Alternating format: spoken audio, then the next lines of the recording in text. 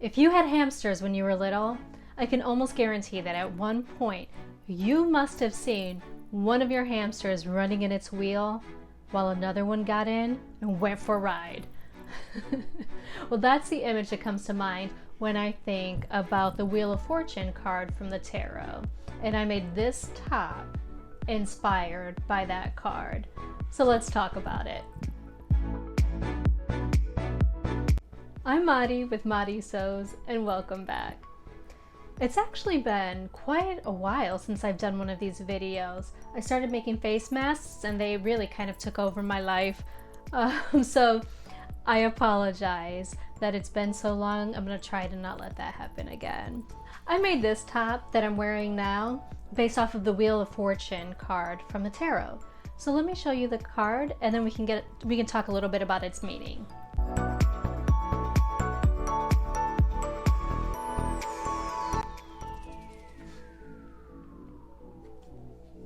So in this card, you can see that there's a person in the middle of several different wheels.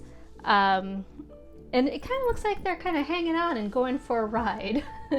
And that's what I actually think of when I think about hamsters, right? I remember when I was little, I had all kinds of little furry creature animals. But at one point we had a couple of hamsters, and I remember watching these hamsters running in their wheels, right? I had this one really courageous hamster who would just kind of hop in there every time this one little hamster was running. He would jump in there and kind of just go for the ride. All he had to do was kind of pick up his feet, right? Until he ran out of luck and kind of started going topsy-turvy. Eventually the wheel would stop, he would stumble out a little dizzy and really kind of wouldn't learn his lesson, but that's a little like beyond what we're talking about here. And so that's what the Wheel of Fortune is about. It's at points in your life, things are going to be going good, and it's not going to be due to anything that you've done, right? You're just gonna have a string of good luck and doors are gonna open, and all you really kind of have to do is just step on in, right? Just ride that high. But that only lasts for so long. At some point your luck kind of turns, and when it turns, you want to kind of make sure that you're not going topsy-turvy. You want to kind of get into that center of that wheel, just like that one little hamster that was originally running. You just kind of want to get there, center yourself, and keep it moving until luck strikes again. So when I think about the Wheel of Fortune and these wheels, I really kind of think about these circles. And so I really wanted to do a garment that had some kind of circle sleeve, circle skirt, something along those lines. Well, I really haven't been in a circle skirt mood for, gosh, years now actually. So I went back to this pattern, and this is McCall's 7542. I previously made View A, which is up here with the tulip sleeves, and I'll just quickly insert a picture here to remind you. But for this top, I went ahead and I used View D, which is the trumpet sleeve. So to make the bottom part of this sleeve here, I mean, it just really looked like a circle. Let me show you a picture of what that pattern piece looked like, because I thought, wow, this is perfect. Yeah, so there's a circle.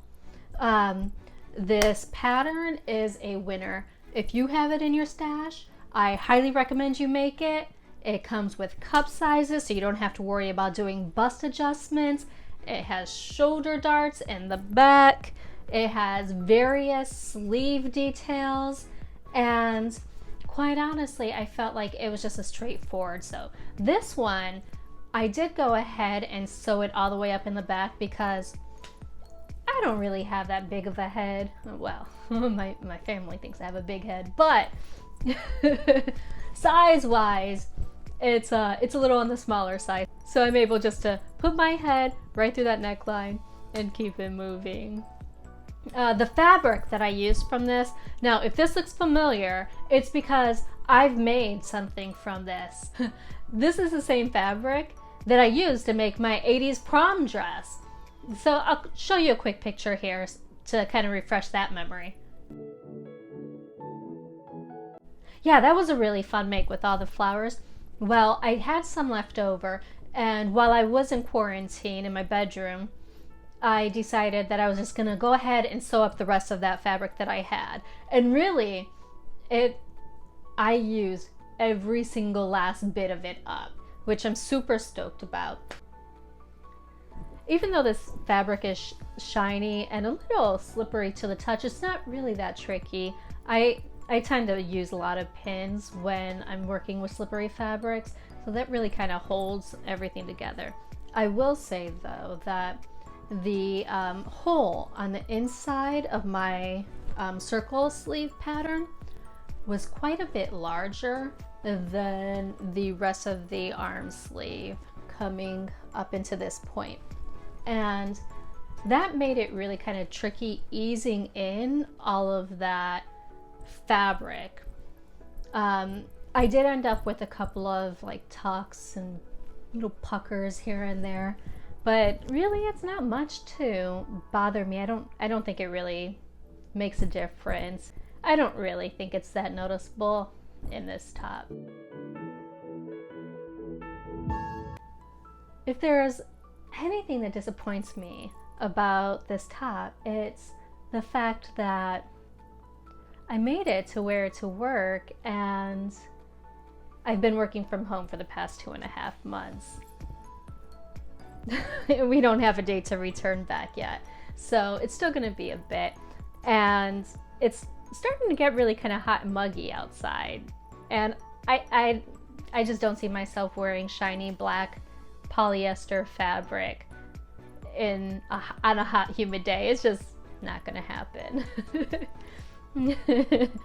But I do really love this top, and I'm sure that as soon as it starts to get cooler, it's gonna get a lot of use. So let me just show you a couple more pictures of my top, and if you're feeling adventurous, or maybe not even that adventurous, if you want an easy project, I highly recommend this pattern, so give it a go.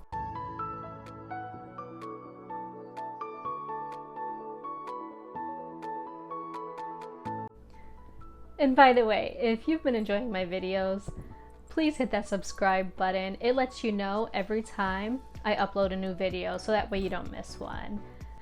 Thank you so very much for joining me here today, and I'll catch up with you next week. Bye.